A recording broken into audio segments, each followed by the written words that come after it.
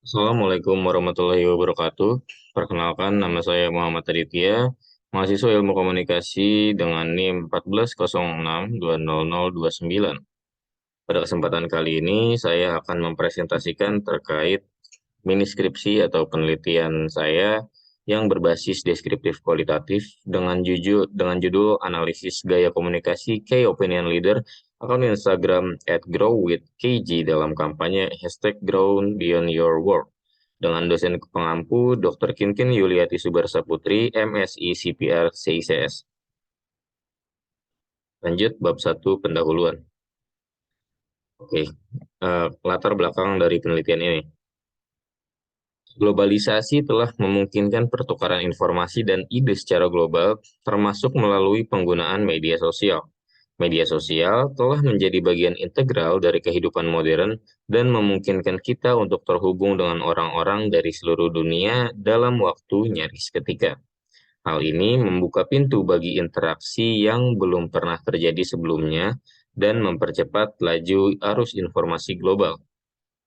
Nah, globalisasi ini dapat kita tilik dalam berbagai jurnal dan juga buku adalah salah satu sumber atau tonggak dari revolusi industri, revolusi dunia entertainment, serta revolusi teknologi global. Nah, kenapa bisa dikatakan revolusi demikian? Karena globalisasi menurut saya adalah salah satu fenomena atau tindakan yang bertindak secara masif, bergerak secara masif, mengelilingi dunia tidak mencakup hanya pada kultur budaya, namun juga mencakup teknologi, mencakup iptek, serta mencakup penemuan-penemuan baru yang tentunya menjadi groundbreaking atau sebuah tindakan yang melebihi kapasitas daripada penemuan sebelumnya. Nah, hal ini sangat bagus mengingat dunia saat ini tidak sedang dalam kondisi baik-baik saja pasca kondisi pandemi. Hal ini mengakibatkan globalisasi terhambat akibat pergerakan ataupun aktivitas yang dibatasi selama 2 tahun ke belakang, mengakibatkan ekonomi menurun, terjadi inflasi serta resesi di mana-mana. Akan tetapi sisi positifnya kita belajar menemukan fakta baru terkait dengan pertemuan online atau tatap muka. Nah, pertemuan online atau tatap muka ini berlangsung secara masif dan juga global, dapat juga dikategorikan menjadi salah satu kompetensi dari globalisasi, yang dimana mempersimpel atau mempermudah dari berbagai macam kegiatan di seluruh dunia. Seperti contoh yang sedang saya alami saat ini, yaitu pembelajaran jarak jauh menggunakan metode ini asynchronous ataupun webinar serta work from home, dan itu pun bisa dikatakan menjadi lebih efektif dikarenakan memangkas jarak waktu dan biaya dari pekerja sehingga membuat mereka tetap produktif meskipun dari rumah. Nah, pada pembahasan kali ini, topik globalisasi atau arus informasi global yang saya bahas adalah mengenai key opinion leader atau pemimpin pendapat, yang dimana pemimpin pendapat itu menjadi semakin penting dalam globalisasi karena konteks media sosial. Nah, KOL atau Key Opinion Leader sering dianggap sebagai individu yang memiliki pengaruh besar dalam suatu industri atau bidang tertentu dan dapat memengaruhi opini dan juga perilaku orang lain melalui gaya komunikasinya. Nah, dalam penggunaan media sosial, KOL dapat memanfaatkan pengikut mereka untuk memperluas pesan kampanye dan menciptakan buzz di media sosial. Dalam hal ini, KOL juga dapat berperan sebagai mediator antara merek dan konsumen. Nah, melalui pengaruh mereka, KOL dapat membantu merek atau brand membangun kepercayaan dan kredibilitas di antara konsumen sehingga membantu memperkuat pesan kampanye. Nah, di sini saya akan menjabarkan kembali poin-poinnya, yang dimana KOL atau biasa kita kenal dengan sebutan influencer atau mungkin dalam media sosial Instagram khususnya itu dikenal sebagai selebgram. Nah, KOL ini memanfaatkan pendukung mereka atau pengikut mereka sebagai alat yang dimana nantinya ditranskripsikan sebagai data calon konsumen untuk sebuah brand memasarkan produk mereka. Nah, brand ini menggunakan analisis tertentu dalam pemasarannya, yaitu yang pertama, mencari KOL ataupun sosok influencer yang sesuai dengan pasar mereka, yang dimana biasanya mencakup rentang usia, rentang minat, ataupun rentang geografis seperti daerah, supaya memudahkan pengklasifikasian dari calon konsumen. Nah, yang kedua, brand juga menggunakan planning strategik atau citra dari sang KOL atau sang influencer itu sendiri, yang dimana merepresentasikan suatu brand tertentu sebagai ambasador mereka. Nah, pada contohnya di sini, KOL itu bisa dikatakan sebagai manusia yang menciptakan sebuah opini masif kepada seluruh pengikutnya, dan mereka memiliki image branding atau professional image yang sangat terjaga. Dikarenakan influencer dianggap sebagai salah satu tonggak dalam keberadaan media sosial saat ini dengan membawa konten-konten menarik serta spesial khas mereka. Nah, dalam penggunaan media sosial ini, seperti yang dibahas tadi, KOL memanfaatkan pengikut mereka untuk memperluas pesan kampanye. Nah, kampanye ini dapat menjadi beberapa bagian, seperti diantaranya kampanye politik, kampanye produk, ataupun kampanye aktiviti atau aktivitas. Nah, kampanye politik biasanya dilakukan oleh KOL yang memiliki kompetensi di dalamnya, serta KOL yang memiliki latar belakang atau background politik di belakangnya. Nah, selain itu, ada juga terkait kampanye eh, aktiviti atau aktivitas. Nah, ini biasanya menggunakan tagar dan bersifat persuasif atau mengajak daripada orang-orang untuk mengikuti kegiatan mereka yang telah diselenggarakan brand, bertujuan untuk yang pertama membentuk habit, selain itu untuk memasarkan brand itu sendiri. Sebagai contoh, brand Nike menggunakan tagar Just Do It atau slogan Just Do It pada produk mereka. Nah, dalam tagar ini mereka mengontrak banyak atlet sebagai key opinion leader untuk mempromosikan produk mereka dengan dalih bahwa produk mereka memiliki durability atau keamanan produk yang sangat kuat sehingga bertahan jangka panjang dan meningkatkan performa para atlet tersebut. Nah, dalam kasus ini atlet-atlet tersebut dapat disebut sebagai seorang KOL, dan juga kita sebagai fans dari olahraga tersebut atau fans dari atlet tersebut spesifiknya itu disebut dengan buzz atau buzzer dalam media sosial.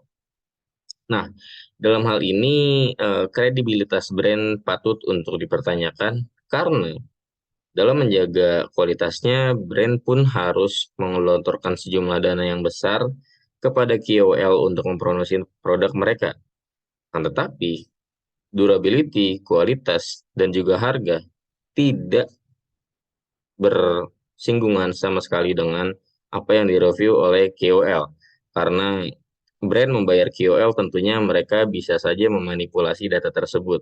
Sedangkan konsumen sebagai pembeli tangan pertama ataupun yang mendapatkan produk dari hasil jerih payah langsung tentu merasakan perbedaan di hal tersebut. Oleh karena itu, KOL sangat berfungsi untuk meningkatkan kepercayaan konsumen sebagai alat untuk menyampaikan produk dari korporat ke masyarakat luas. Nah, di slide selanjutnya ini saya akan membahas terkait fokus penelitian saya. Nah, jadi dalam fokus penelitian ini saya membahas terkait bagaimana gaya komunikasi Key Opinion Leader atau KOL dalam kampanye hashtag Ground Beyond Your Work dapat mempengaruhi opini dan perilaku masyarakat serta memperluas pesan kampanye ke khalayak yang lebih luas. Nah, fokus penelitian ini tentunya berkutat pada pembahasan tersebut, yaitu untuk menggiring opini masyarakat. Mengapa? Dikarenakan suatu kampanye ataupun review yang dilakukan oleh KOL berhasil itu apabila yang pertama dapat membuat suatu khalayak atau masyarakat itu mengikuti tren tersebut, yang kedua menjadikannya sebagai acuan hidup masyarakat, dan yang terakhir adalah tepat sasaran menyasar kepada target audiens mereka masing-masing. Nah, dalam fokus penelitian ini, tentunya saya selaku peneliti berharap apabila hasil dari penelitian ini dapat membantu masyarakat untuk mentranskrip hasil yang telah disampaikan oleh KOL terhadap tubuh masyarakat tentunya. Oke, Selanjutnya ada tujuan penelitian. Nah, tujuan penelitian ini adalah untuk menganalisis gaya komunikasi Key Opinion Leader di akun Instagram @growwithkg dalam kampanye hashtag Grow Beyond Your Work, serta untuk mengetahui pengaruh gaya komunikasi KOL dalam akun Instagram @growwithkg terhadap opini dan perilaku pengikutnya. Nah, yang kita bahas di sini adalah terkait gaya komunikasi yang pertama. Apa sih gaya komunikasi itu? Jadi untuk penelitian ini saya ingin mengetahui bagaimana cara seorang key opinion leader menyampaikan pesan-pesan mereka agar dapat diterima masyarakat tidak hanya sebagai ucapan belaka, akan tetapi dapat berbunyi persuasif dan juga bersifat mengajak masyarakat dan menciptakan suatu tren serta pergerakan baru.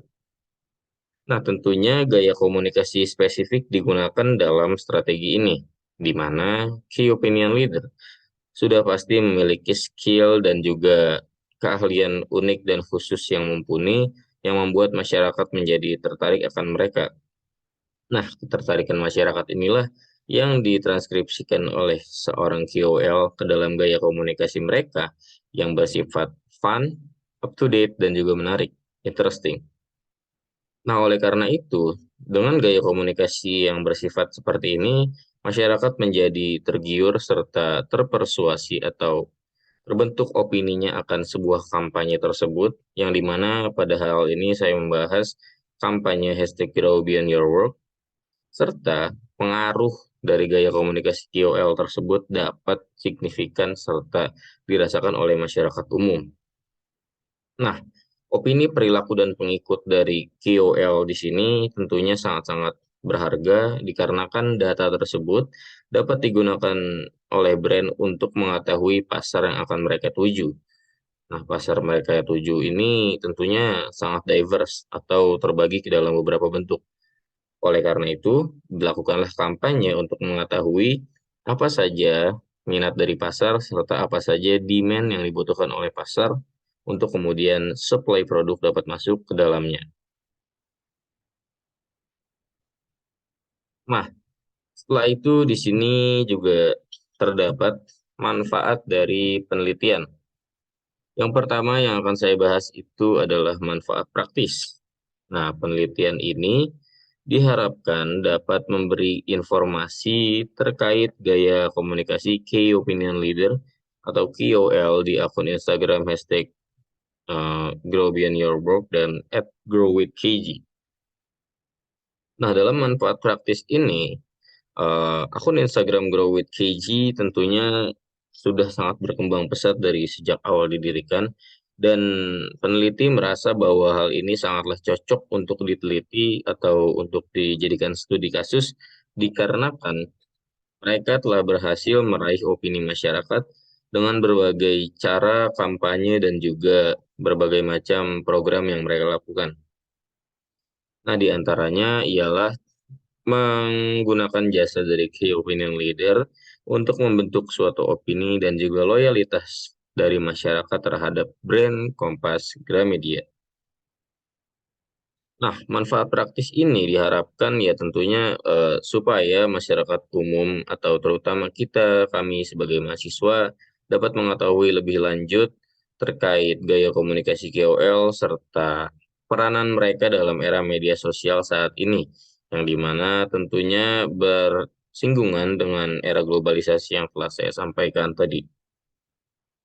Nah, selanjutnya terdapat manfaat akademis. Nah, penelitian ini diharapkan dapat menambah pemahaman tentang key opinion leader dan gaya komunikasi dalam media sosial.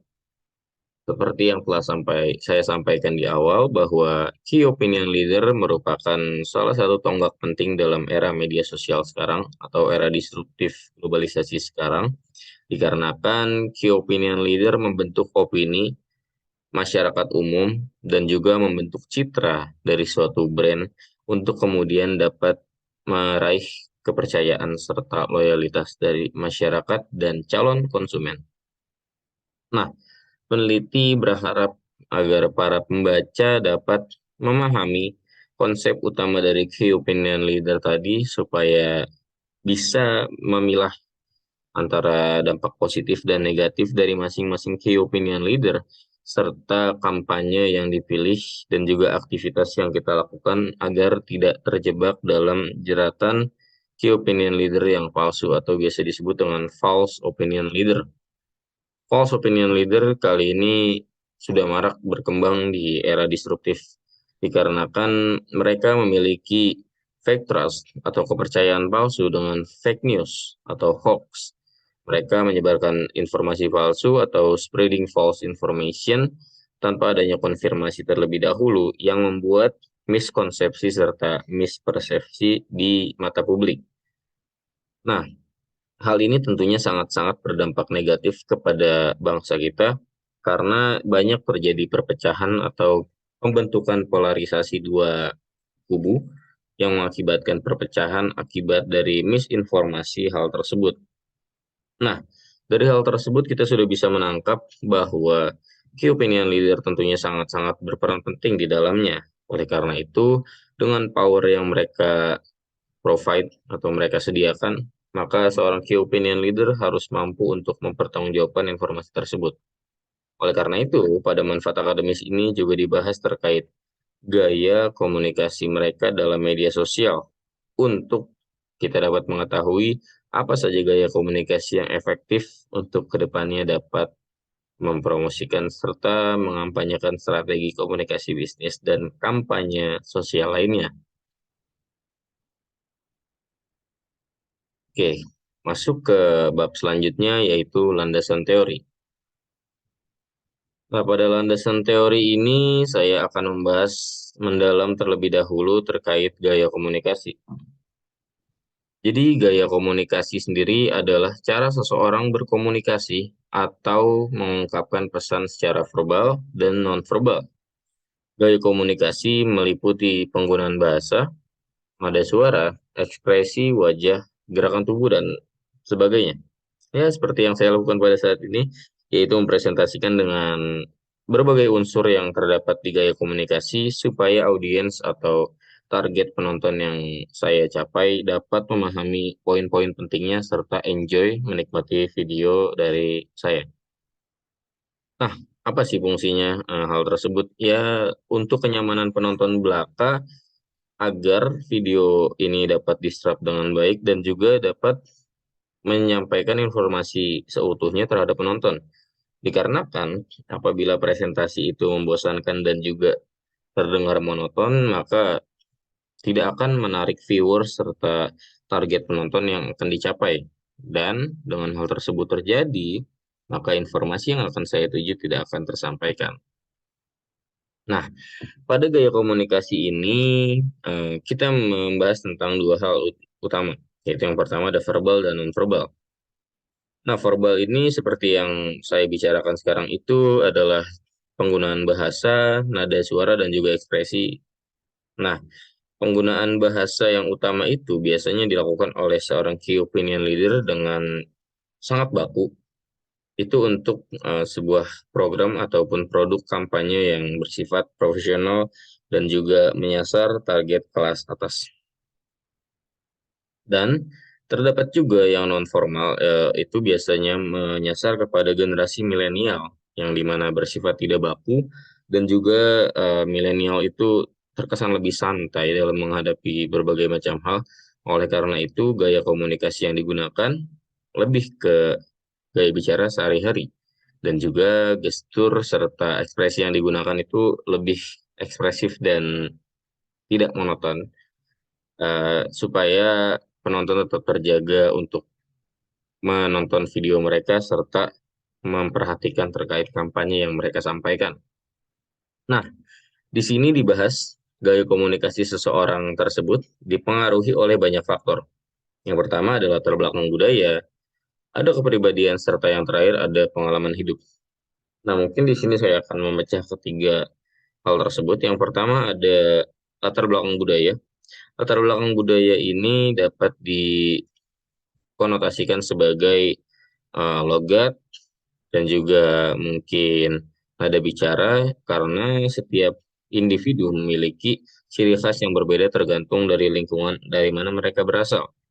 Seperti contoh apabila orang Sunda mungkin kebanyakan menggunakan logat-logat yang ya sangat terdengar familiar dan juga menggunakan ekspresi-ekspresi yang jarang ditemukan di daerah lainnya. Sedangkan di daerah Medan atau Sumatera Utara cenderung menggunakan bahasa atau nada yang agak tinggi serta kalimat yang dicampur dengan bahasa daerahnya. Ini membuktikan diversitas atau keberagaman dalam lingkup sosial budaya kita dan juga lingkup tubuh masyarakat kita. Nah, oleh karena itu gaya komunikasi ini tentunya sangat berpengaruh kepada seorang key opinion leader ataupun kita sebagai mahasiswa biasa untuk kemudian ke depannya mencakup seluruh kalangan masyarakat dalam menyampaikan persepsi atau opini dari kita. Nah, gaya komunikasi seperti ini apakah bisa diubah? Bisa, tentunya dengan persona yang dipelajari, namun sepertinya ciri khas kecil berdasarkan latar belakang budaya seperti logat akan tetap menempel pada diri kita selamanya. Dikarenakan hal tersebut merupakan anugerah sejak lahir dan juga telah dipelajari atau otomatis dapat kita temukan di berbagai macam daerah. Selain itu, ada faktor kedua yaitu kepribadian. Nah, dalam gaya komunikasi orang yang bersifat ekstrovert tentunya akan sangat berbeda dengan orang introvert. Mengapa demikian? Dikarenakan ekstrovert cenderung memiliki kosakata yang lebih luas, dikarenakan mereka lebih senang bergaul dan cara penyampaian mereka lebih luas serta tidak terikat dalam satu poin. Selain itu, ekstrovert pun memiliki apa ya, kegemaran di dalam penyampaian sesuatu dikarenakan mereka ingin menjadi pusat atensi atau perhatian dari individu luas dan mengakibatkan eh, pola komunikasi mereka menjadi unik dan energik. Tentunya hal ini sangat menarik bagi penonton ataupun penyimak dari penyampaian seorang ekstrovert dikarenakan energi yang tersampaikan lebih secara natural terserap oleh audiens. Sedangkan oleh introvert pun tidak banyak perubahan, hanya saja mungkin gaya komunikasinya lebih terkesan agak kaku dan juga lebih hati-hati dalam pemilihan kata dan juga baku dalam penyampaiannya. Hal ini bukan dikarenakan mereka pendiam, akan tetapi introvert cenderung lebih langsung menyasar kepada inti dari permasalahan daripada mengkonotasikannya dengan berbagai macam retorika supaya timbul eh, penyampaian yang terkesan berlebihan. Nah, hal ini diperkuat dengan teori selanjutnya yang akan saya bahas yaitu teori komunikasi nonverbal.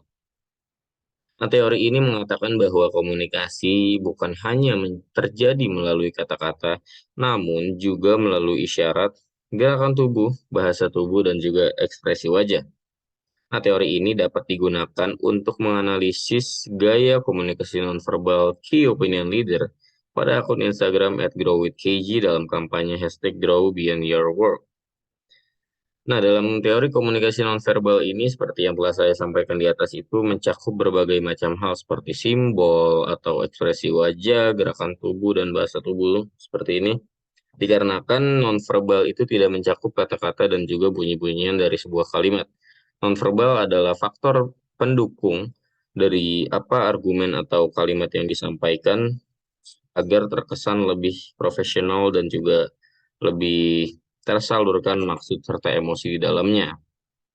Nah, di dalam teori komunikasi nonverbal pun terdapat berbagai macam unsur, yaitu yang pertama bisa mencakup simbol atau gestur khusus dari daerah seperti ini mungkin bisa dikonotasikan orang Italia ataupun gerakan-gerakan tambahan yang mengindikasikan orang tersebut berasal dari latar belakang yang mana dapat kita tentukan. Nah, lalu selanjutnya ada teori komunikasi verbal. Nah, teori ini mengatakan bahwa kata-kata yang digunakan dalam komunikasi dapat mempengaruhi bagaimana pesan yang disampaikan diterima oleh penerima. Nah, teori ini dapat digunakan untuk menganalisis bahasa yang digunakan Key Opinion Leader pada akun Instagram hashtag #GrowWithKG dalam kampanye hashtag Grow Beyond Your Work. Nah, dalam teori komunikasi verbal pun sebenarnya tidak jauh berbeda dengan nonverbal. Hanya saja perbedaannya mungkin apabila verbal itu lebih berkutat pada kalimat atau kata-kata, sedangkan nonverbal itu membahas selebihnya terkait isyarat, gerakan, atau ekspresi mimik wajah. Nah, selanjutnya di sini akan ada pembahasan terkait teori gaya komunikasi. Nah, dalam teori ini mengatakan bahwa gaya komunikasi seseorang dapat mempengaruhi bagaimana pesan yang disampaikan diterima oleh penerima. Nah, teori ini dapat digunakan untuk menganalisis gaya komunikasi key opinion leader pada akun hashtag @growwithkg dalam kampanye hashtag Grow Beyond Your Work, baik melalui aspek verbal maupun nonverbal. Nah, selanjutnya terdapat juga teori penyebaran pesan atau diffusion of innovation theory. Teori ini mengatakan bahwa ketika suatu pesan atau inovasi disebarkan, ada beberapa tahap yang dimulai atau dilalui dari kita, yaitu yang pertama mulai dari inovator, lalu selanjutnya terdapat early adopter atau penerima pertama, lalu selanjutnya ada early majority atau mayoritas audience, lalu selanjutnya ada late majority, dan terakhir ada laggard. Nah, teori ini dapat digunakan untuk menganalisis bagaimana gaya komunikasi key opinion leader pada akun Instagram @growwithkg dalam kampanye hashtag Grow Beyond Your Work. Dan tentunya hal ini dapat mempengaruhi proses penyebaran pesan di media sosial. Nah, untuk lebih lanjut, kali ini mungkin saya akan membahas sedikit tentang key opinion leader terkait konsep penelitian ini, yaitu key opinion leader adalah individu atau kelompok yang dianggap memiliki pengaruh dan otoritas yang besar di kalangan pengikutnya di media sosial. KOL seringkali merupakan tokoh atau ahli di bidang tertentu yang memiliki kemampuan untuk mempengaruhi opini dan perilaku pengikutnya. Nah, KOL seringkali dipilih oleh merek atau produk untuk menjadi juru bicara atau endorser dalam kampanye pemasaran di media sosial. Nah, dalam kampanye pemasaran ini, KOL dapat digunakan sebagai alat untuk mempromosikan merek atau produk karena mereka memiliki kemampuan untuk membentuk persepsi dan pandangan pengikutnya terhadap produk atau merek yang mereka dukung. Nah, pentingnya KOL dalam kampanye pemasaran di media sosial, karena dengan menggunakan KOL, merek atau produk dapat memanfaatkan jaringan pengikut yang dimiliki oleh KOL untuk memperluas jangkauan pesan pemasaran mereka dan mempercepat proses penyebarannya di media sosial. Nah, dalam penelitian ini, gaya komunikasi KOL tentunya menjadi faktor penting yang akan dianalisis, dikarenakan gaya komunikasi KOL menjadi eh, fokus penelitian yang dimana diteliti melalui pengamatan dan analisis konten dari postingan KOL di akun Instagram, termasuk bahasa, nada, suara, ekspresi wajah, gerakan tubuh, dan lain-lain sebagainya. Oke, selanjutnya terdapat variabel control. Variabel ini, pada variabel ini, beberapa faktor yang dapat mempengaruhi respons dan partisipasi pengguna Instagram, seperti jumlah pengikut akun GrowWithKG, jenis konten yang dibagikan oleh akun GrowWithKG, atau variabel lainnya yang relevan dengan penelitian ini. Nah, variabel kontrol ini dapat dikategorikan sebagai eh, variabel publik atau mencakup populasi publik dikarenakan mempengaruhi respon dari jumlah pengikut yang mengikuti akun @growwithkg. Selain itu juga mencakup terkait jenis konten yang dibagikan oleh akun growwithkg atau variabel lainnya yang turut relevan dengan penelitian ini. Nah, selain itu terdapat juga selanjutnya yaitu variabel moderator. Nah, pada variabel ini beberapa faktor yang dapat memodifikasi hubungan antara gaya komunikasi KOL dan respons serta partisipasi pengguna Instagram seperti usia pengguna, jenis kelamin, atau preferensi pengguna dalam menanggapi kampanye di media sosial itu turut diperhatikan. Nah, dalam variabel moderator ini tentunya mencakup banyak faktor yang dapat dijadikan instrumen penelitian serta meraih respon dan juga memodifikasi hubungan antara gaya komunikasi terkait KOL serta partisipasi pengguna Instagram. Nah, dalam partisipasi pengguna Instagram ini telah dikenal sebagai teknologi atau teknik insight dan juga suggestion serta exposure dari media sosial, di mana ketiga hal ini eh, didiversifikasi atau didiferensiasi dibagi dengan beberapa kategori agar supaya tepat guna terhadap targetnya. Yang pertama dibagi berdasarkan usia pengguna, yaitu terdapat usia-usia emas atau usia tertentu yang menjadi target market dari suatu produk biasanya. Dan usia ini biasa disebut dengan golden age dikarenakan usianya berasal dari umur 17 hingga 38 tahun. Nah, dalam faktor usia ini, tentunya sebuah brand atau produk tidak sembarangan mempromosikan produk mereka, melainkan mereka dapat memilih KOL atau Key Opinion Leader yang sesuai dengan generasi atau faktor usia pengguna yang dituju. Nah, selanjutnya ada jenis kelamin, yaitu produk biasanya mendiferensiasi produk mereka atau brand mereka berdasarkan jenis kelamin antara pria dan wanita. Dikarenakan yang pertama ada kebutuhan dari masing-masing gender, lalu selanjutnya juga mungkin berfokus kepada minat dan juga ketertarikan antara masing-masing gender yang memiliki fokus berbeda. Seperti contoh apabila laki-laki mungkin lebih tertarik kepada perangkat olahraga ataupun alat-alat gym dan lain sebagainya, dan apabila wanita mungkin lebih tertarik dalam bidang kecantikan dan juga furniture atau lain sebagainya. Nah, hal ini digunakan variabel moderator dalam menentukan hal ke depannya apa yang akan diteliti dalam penelitian ini. Oke, masuk ke selanjutnya terdapat bab 3 yaitu metode penelitian.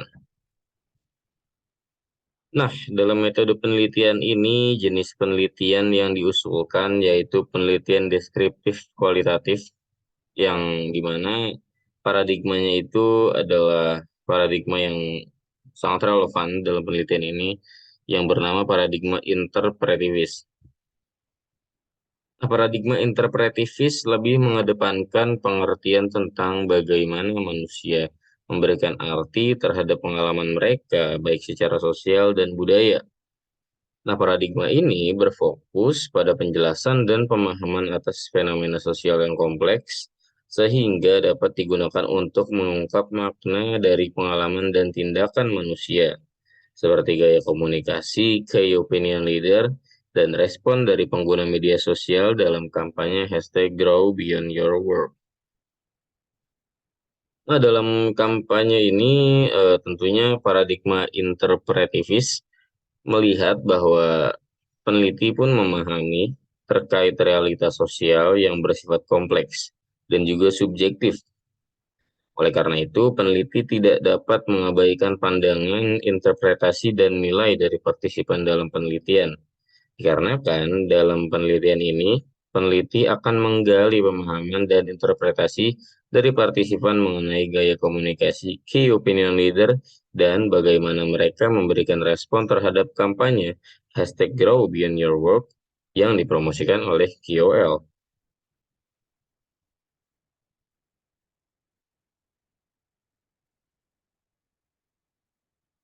Oke, selanjutnya di sini peneliti akan membahas terkait pendekatan penelitian.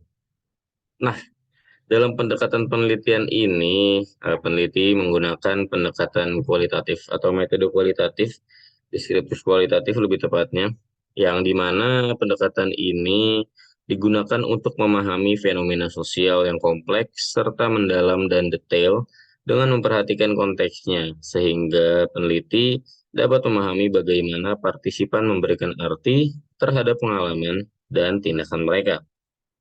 Dalam penelitian ini, peneliti akan mengumpulkan data dengan cara wawancara mendalam dan observasi terhadap gaya komunikasi, key opinion leader, dan respon pengguna Instagram terhadap kampanye hashtag Grow Beyond Your Work. Nah, hal ini dilakukan karena peneliti atau saya pribadi ingin supaya masyarakat atau khalayak umum menjadi tahu bahwa dalam penelitian perlu dilakukan adanya observasi mendalam, agar supaya hasil yang ditemukan tidak bersifat sia-sia dan dapat diambil konklusi yang akurat.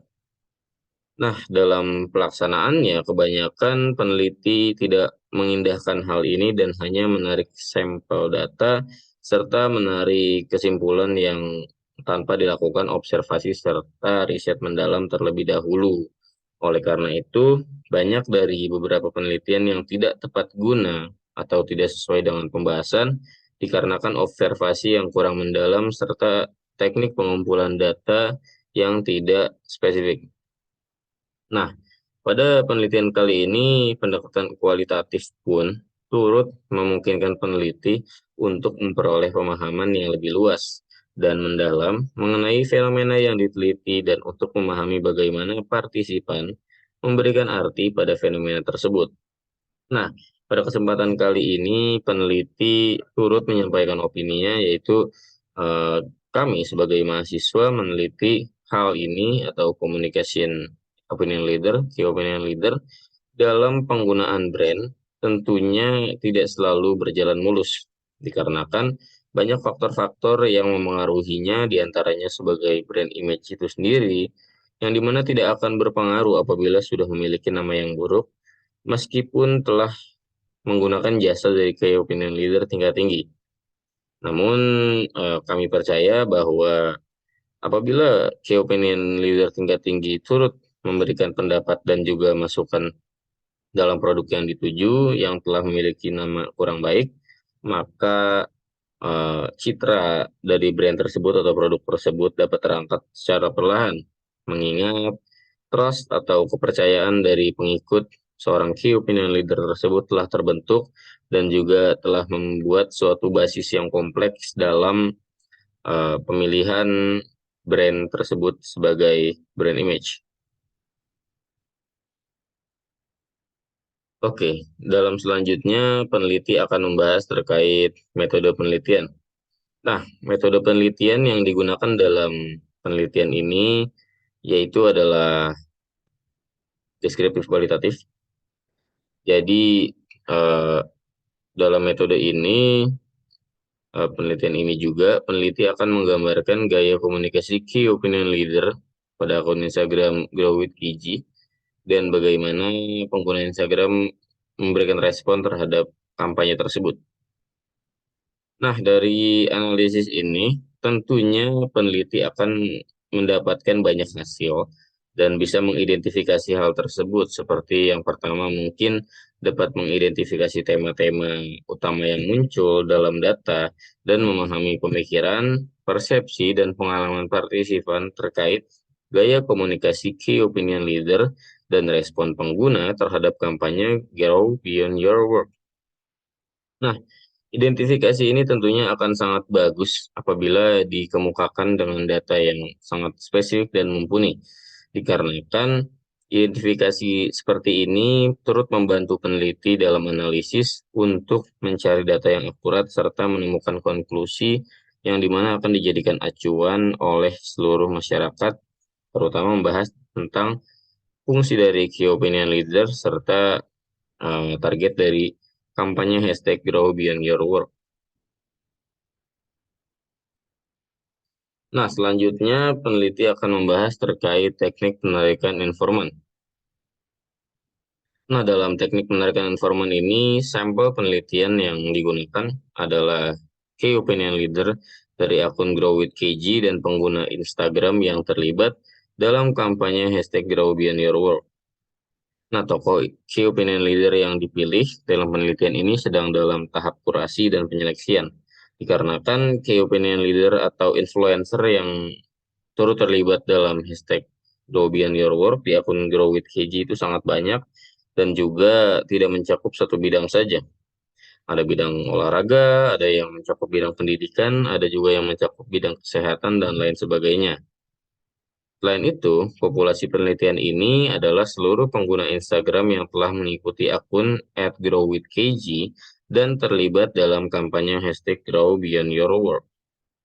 Nah, namun karena jumlah populasi yang terlalu besar, maka peneliti menggunakan teknik purposive sampling untuk memilih sampel yang representatif dari populasi yang ada.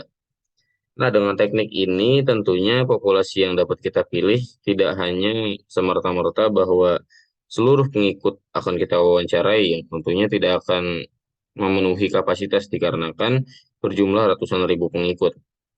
Namun, pada kali ini peneliti akan menggunakan teknik purposive sampling, yaitu menyeleksi berbagai pengguna dari berbagai macam tipe juga untuk meraih hasil yang sepadan terkait penelitian ini. Nah, dalam hal ini juga key opinion leader dipilih sebagai sampel karena eh, beliau adalah pemimpin atau pendapat yang menggunakan pengaruh sangat signifikan dalam kampanye hashtag Grow Beyond Your Work. Sedangkan pengguna Instagram yang terlibat dalam kampanye dipilih melalui kriteria tertentu, yaitu mereka yang telah memposting foto atau cerita tentang kampanye tersebut dan memberi tanggapan atau feedback terhadap kampanye tersebut.